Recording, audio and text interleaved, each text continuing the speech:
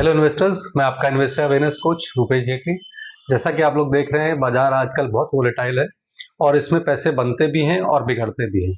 तो जो short term traders हैं वो भी थोड़ा ध्यान रखें और जो लॉन्ग टर्म ट्रेडर्स हैं वो भी ध्यान रखें कि बाजार हमारी पैसा बना के देती है तो वो उन इन्वेस्टर्स को देती है जो थोड़ा सा लॉन्ग टर्म पर्सपेक्टिव रखते हैं, लेकिन उसमें भी उनको ध्यान रखना होता है कि हम किन स्टॉक्स को खरीद रहे हैं। तो आज हम यहाँ डिस्कस करेंगे कि किस तरह के स्टॉक्स ऐसे हैं जो अभी भी रिटर्न नहीं दे रहे हैं लेकिन बहुत अच्छे हैं। तो आपको अपने शेयर्स का चुनाव करते समय बहुत ध्यान रखना होता है कि हम किस स्टॉक्स को खरीद रहे हैं और कितने समय के लिए। इसीलिए बार बार जो हम अपने वीडियो में बताते हैं कि आप हमेशा पैसे लगाएं तो अपने सरप्लस फंड को लगाएं, जिससे कि अगर आपको कभी जरूरत हो या आपका स्टॉक ना चले या आपका फंड ना चले तो आपको बेचने की जरूरत ना हो, अगर आपने अपने कंटीजेंसी फंड को नहीं लगाया है। अगर आपने अपनी कंटीजेंसी फंड को या इमरजेंसी फंड को लगाया है तो आपको वो पैसे निकालने हो सकते हैं, और जबकि हो सकता है आपका स्टॉक ना बढ़ा हो।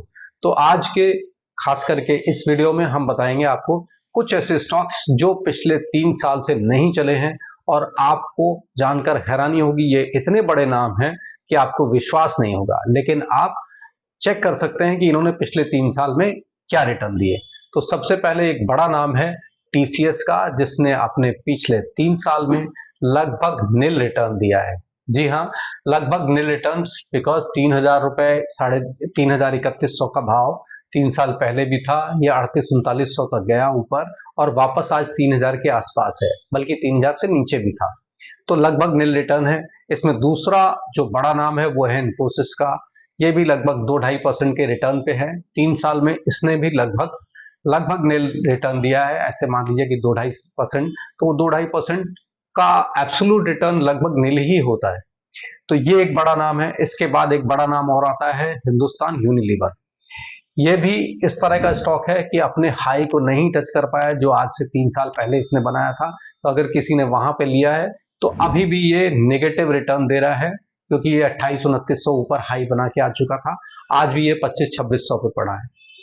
इसके बाद एक बड़ा नाम और आता है कोटक महिंद्रा बैंक। ये भी नेगेटिव रिटर्न्स पे है। 2200 इसने अपना हाई टच किया था और आज भी ये वहां से नीचे चल रहा है। बमुश्किल 2000 से बढ़ के 2100 जरूर आया है, लेकिन अगर अपने हाई से देखें तो वहां से नेगेटिव रिटर्न पे है। इसके बाद एक बड़ा नाम आता है बजाज फिनसर्व। ये भी लगभग 5 से 7% रिटर्न प्लस पे है। 3 साल का एब्सोल्यूट रिटर्न 5-7%। जब से इसने बोनस और स्प्लिट दिया उसके बाद से जब भी देखें तो आप नेगेटिव रिटर्न पे है। इसके बाद आता है टाइटन। 3 साल से ये स्टॉक नहीं चला। गोल्ड कहाँ का कहाँ चला गया, लेकिन ये स्टॉक नहीं चला है तब से। जरूर इन सब स्टॉक्स में कोई प्रॉब्लम रही होगी कि 3 साल से नहीं चल रहे, तो इनमें जरूर टाइम करेक्शन है। आपको ध्यान रखना होगा इस तरह के स्टॉक्स, खास करके कि जो बड़े हैं, लार्ज कैप हैं या स्मॉल कैप में है। सोचिए, आप जब लार्ज कैप में ये स्थिति है तो स्मॉल कैप में अगर कभी आप ट्रैप हो जाएंगे तो क्या होगा। वहां पे तो नेगेटिव रिटर्न्स 50%, 60% तक चले जाते हैं। यहाँ तो ये लार्ज कैप स्टॉक्स हैं, इसलिए आपको ये नेगेटिव रिटर्न्स लगभग नील दिख रहा है। नेगेटिव में 30, 40 और 50% नहीं दिख रहा है। तो इस तरह के बहुत सारे और स्टॉक्स हैं, लिस्ट लंबी है, लेकिन आपको आज इस वीडियो के माध्यम से यही बताना चाहते हैं कि आप अपने स्टॉक्स का चयन करते समय बहुत ध्यान रखें और अपने सरप्लस फंड को ही स्टॉक्स एंड फंड्स में लगाएं। ये जरूरी नहीं है कि आपने फंड देख के लिया है या स्टॉक देख के लिया है हमेशा चलेगा, हमेशा नहीं चलता। बाजार के अकॉर्डिंग चलता है। बाजार चल रही है तो जरूरी नहीं है वो स्टॉक चले। टेक्नोलॉजी स्टॉक्स जैसे आपने देखा वो नहीं चले, कई सारे, कुछ बैंकिंग नहीं चले, या इस तरह के स्टॉक्स।